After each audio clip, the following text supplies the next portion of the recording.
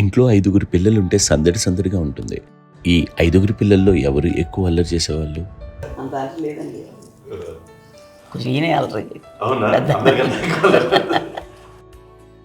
అమ్మ ఇక్కడ ఒకటమ్మ, అల్లరికి, హుషారుకి, చలాకితనానికి, చిలిపితనానికి ఆ తేడా తెలుసుకుని చెప్పమ్మా.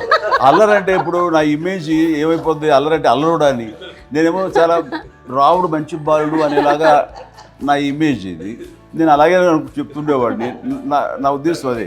నువ్వేమో అల్లరి నన్ను అంటే చలాకితనం, అమ్మ అల్లరి అనుకునేది. లేదంటే ఎక్కువ హుషారు కానీ చాలా బాగుండేవాడు అబ్బాయి. ఇంట్లో పనులన్నీ మీకు సాయంగా ఉంటుంది. అవునండి, వాడే చేసేవాడు. అది ఇంట్లో ఎవరు ముట్టుకునేవాడు కాదు. మా నాగబాబు అస్సలు ముట్టుకునేవాడు కాదు.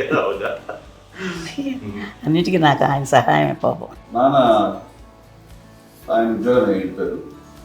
నేను పాక్కుంటూ అలాగా వెళుతూ వెళ్ళిపోయాను. నాకు తెలియదు. తర్వాత అమ్మ చెప్తుంటే నేరుగా మాత్రం కొన్ని కంబర్ కోలు ఉంది.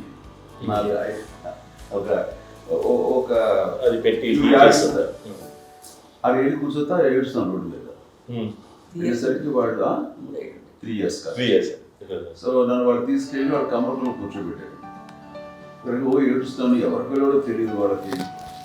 సో అది ఒక గంట పోయిన తర్వాత అమ్మ ఎత్తుకుంటూ వాడు వచ్చి వాడు చిన్నబిడ్డ అనిపిస్తారు మొత్తం తెలిసింది. అది వాడు చూసి ఈ అబ్బాయి అన్నారు. కాదు అనేసింది. అదేంటి అలా అంటారు, సరిగ్గా చూడమ్మా. ఈ అబ్బాయి మా అబ్బాయి అని. ఏంటమ్మా అంటే ఆ కబర్గోళంలో కింద కూర్చోబెట్టాడు కదా, మస్ అంతా పూజిస్తున్న అలాగే అయిపోయింది. అదే రంగని కాదు కానీ ఆ కబర్గోళంలో కూర్చోబెట్టడానికి ఆ మసిగిస్తూ ఇంకా నల్లగా అయిపోతుంది. అంత నలుపుడేసరి నా బిడ్డ కాదని అమ్మ వెళ్ళిపోతుంది. మళ్ళీ ఏదో డౌట్ వచ్చి ఆగింది. నేను నా బిడ్డ వేసాను. థర్డ్ ఇస్ కటింగ్ డౌట్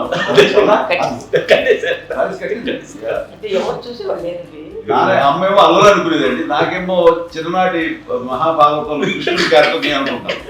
ఆయన మహానుభావులు అయ్యే వాళ్ళందరికీ ఆ లక్షణం ఉంటుందేమో చిన్నప్పుడు. కొన్నిదల కుటుంబ సభ్యులు మంచి రుచులను ఆస్వాదిస్తారని, మంచి భోజనాలని ఆనందిస్తారని అందరికీ తెలుసు. చిన్నప్పుడు వీరి ఆహారపు అలవాట్లు ఎలా ఉండేవి? ఇదేవి ఎగిరేవి ఇవి ఎవ్రీ డే 2 పూట్ల ఉండాలండి. మరి నాగబాబు పాపం ఏముంది, తిన్నట్టు ఇష్టం. మరి అన్ని రకాలుగా నాన్న కోసం చేసి పెడుతుంటే మరి తను అవి ఇష్టపడక ఆ తర్వాత లేకపోతే కోపడక ఎలా ఉంటాడు చెప్పండి. 5గురు పిల్లలు అయినా అమ్మా నాన్నలు కొంతమంది పైనే ఎక్కువ దృష్టి పెడతారు. ఈ 5గురిలో మీరు ఎవరి మీద ఎక్కువ ఫోకస్ పెట్టేవాళ్ళు? కళ్యాణ్ బాబు అండి. వాడంటే బాగా, అంటే వాడు ఏది తినేవాడు కాదు అసలు. ఆడికి ఏది తింటాడని ఇప్పుడు వాడికి నచ్చకపోతే, నేనైతే నచ్చకపోతే చాలా గోల్ చేసేవాడిని. అన్నయ్యకేమో చాలా అన్నయ్య ఏదైనా ఏది పెట్టినా తినేవాడు, అసలు అడ్జస్ట్మెంట్ తింటానండి. నాకేమో నచ్చకపోతే చాలా గొడవ పెట్టేవాడిని. తిండి ఇది ఒక అన్నం, ఇదొక కూరలు అని వెళ్ళిపోయేవాడిని.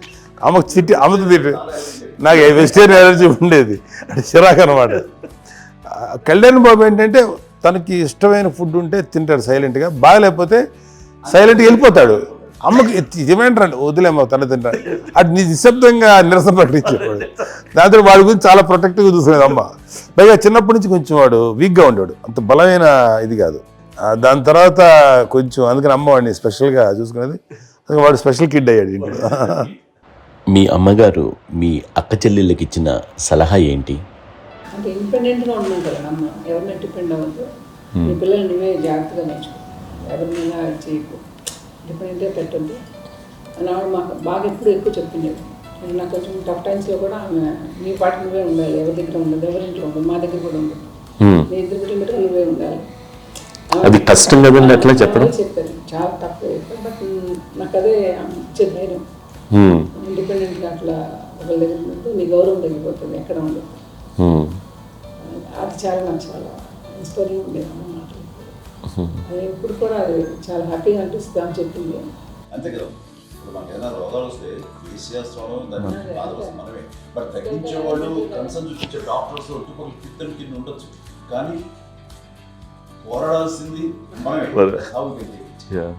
నాకు సార్ కొంచెం ఒక డిప్రెస్డ్ ఇదేదో వస్తే ఫేజ్ ఒకటి, నేనేదో ఇంకా మా అందరి నుంచి నేను సపరేట్ అయిపోయినట్టు ఒక సిచ్యువేషన్ వచ్చినప్పుడు అమ్మ నన్ను పట్టుకుని said I'm there for your yes.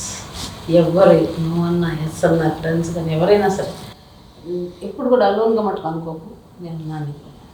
ఆవిడ నన్ను పట్టుకొని ఇచ్చిన అఫెక్షన్ లేదా ఫీలింగ్ అసలు బలం అన్నమాట. ఇంకా ఏంటంటే ఏమన్నా చేయగలను నేను, పర్లేదు ఇంట్లో నాకు ఏదైనా సాధించగలను అని ఒక భరోసా తల్లి దగ్గర నుంచి రావడం అనేది నాకు ఎవరు అవసరం లేదనిపించింది. అంత స్ట్రాంగ్గా ఆవిడ వెరీ స్ట్రాంగ్, వెరీ ప్రాక్టికల్. అంత స్ట్రాంగ్ చేసింది నాన్న అని చెప్పండి.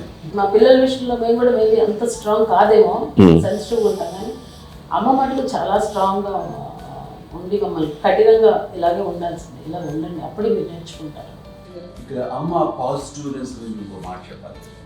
అంటే తన బిడ్డలకే కాదు, ఈ రోజున మా రెండో పాప శ్రీజ కూడా తనకి లైఫ్ చిన్న డిస్టర్బెన్స్ వచ్చింది. ఆ టైంలో కూడా తను ఏముందంటే అప్పుడు నాన్నమ్మ దగ్గరికి వెళ్ళాను, తను ఇచ్చిన భరోసా తను ఇచ్చిన మాట వెళ్ళలేని ధైర్యం వచ్చింది నాతో. నాన్నమ్మ దగ్గర ఎప్పుడు కూర్చోస్తాడు అప్పుడే పాజిటివ్ ఫీలింగ్ వస్తుందని నాతో షేర్ చేసుకుంటాను. తను నాతో చెప్తుంటే అనిపిస్తుంది కరెక్ట్. అమ్మ ఏం పర్లేదమ్మా, లైఫ్ అంటే ఒకరితోనే అయిపోదు, ఆ ఒక్కడి వల్ల వాళ్ళ ఇన్ఫ్లుయెన్స్ తోటో వాళ్ళు మన మీద నియంత్రించడం కానీ మన బాధల్ని వాళ్ళు చేయడం అవుతాం. జస్ట్ నువ్వు నీ గురించి నీ మనసులో ఏదనిపిస్తే నీ గుడ్ ఫీలింగ్ ఏది వస్తుందో ఆ ఫీలింగ్ ప్రకారం వెళ్ళిపోదు. అంటే ఆ జనరేషన్ పీపుల్ ఎక్స్పెక్ట్ అలా కాదు, ధైర్యం ఉండే అందరికి ధైర్యం బాగా ముందుకొస్తారు. మా ఫాదర్ కూడా, మా నాన్నగారు కూడా అస్సలు ఎప్పుడు అనేవాళ్ళు, ఎప్పుడు మీరు పెట్టే చెయ్యి మీరు ఎప్పుడు పైన తప్ప తీసుకుని ఎలాగా ఉండకండి, చేతులు పెట్టండి అనే అట్లాంటివి చెప్తుండేవాళ్ళు. అందుకని మాకు ఇట్లా ఇండివిజువాలిటీ మాకు బాగా ఎప్పుడు కూడా ఒకళ్ళని అడగడం అన్న, ఈవెన్ బ్రదర్స్ని అడగాలన్నా కూడా మాకు పడిపోయింది మైండ్లో, కొంచెం కష్టపడ్డది. సో నాకు అంటే ఆవిడ మా అమ్మ ఏదన్నా కొంచెం డిప్రెస్ అయినా నేను చాలా ఎక్కువ అమ్మకి షేర్ చేసుకుంటే అన్నయ్య కూడా లేడు. అన్నయ్య ఉన్నప్పుడు ఓకే, లేనప్పుడు నేను ఎక్కువ షేర్ చేసుకున్నాను. బట్ ద బెస్ట్ థింగ్ మా అమ్మ దగ్గర నుంచి హగ్ అండి. ఈరోజు కూడా మా అమ్మని హగ్ చేసుకోకపోతే అంటే అది నాకు మా అందరిలోనూ, అంటే ఆవిడ పెద్ద చదువుకున్న వ్యక్తి కాదు, పెద్దగా బయటికి వెళ్ళి ఎక్స్పోజ్డ్ కాదు, కానీ ఇవాళ అన్నయ్య కానీ విజయ, మాధవి, నేను, కళ్యాణ్ బాబు ఈ రోజుకి టుగెదర్గానే ఉంటాం. మేబీ మాకు కొన్ని విషయాల్లో నాకు మా మాధవ్కి డిఫరెన్స్ ఆఫ్ ఒపీనియన్స్ ఉండొచ్చు, మా చెల్లికి మా అన్నయ్యకి అట్లా ఉండొచ్చు, ఉంటుందండి ఫ్యామిలీ అన్న తర్వాత. కానీ ద ఇన్విజిబుల్ బాండేజ్ మా అమ్మ ఇచ్చింది, ఆ లవ్ అండ్ ఎఫెక్షన్, హగ్, అవన్నీ ఆవిడ నాన్ వెర్బల్ అడ్వైజ్ ఏంటంటే అందరూ అలా కలిసి ఉండాలనేది ఆవిడ నుంచి మేము నేర్చుకున్నామండి. అది ఇట్స్ ఇస్ నాట్ వర్డ్లీ, అది నోటి మాట కాదు, అది వెర్బల్గా కాదు, నాన్ వెర్బల్గా చెప్పినటువంటి ఇది. సో అందుకని అది మాకు గొప్ప, మేమందరం ఇప్పుడు అలా ఉండడానికి కారణం, అంత కలిసి ఉండడానికి కారణం, మెయిన్ కారణం మా అమ్మ అండి.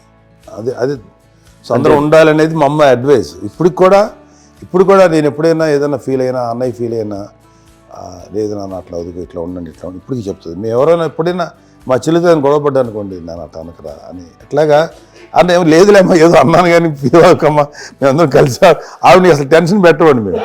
సో అలా అది ఆవిడ నేర్పించింది. అలా కలిసి ఉండటం అనేటువంటి బాండేజ్ని ఆవిడ తన ఒక హగ్తో చెప్పింది. అన్నయ్య సినిమా చూడండి, జాదూకే చెప్పాను కూడా, అది మా అమ్మ దగ్గరే ఉందండి. శంకర్ దాదాలో చెప్తాడు చూడండి.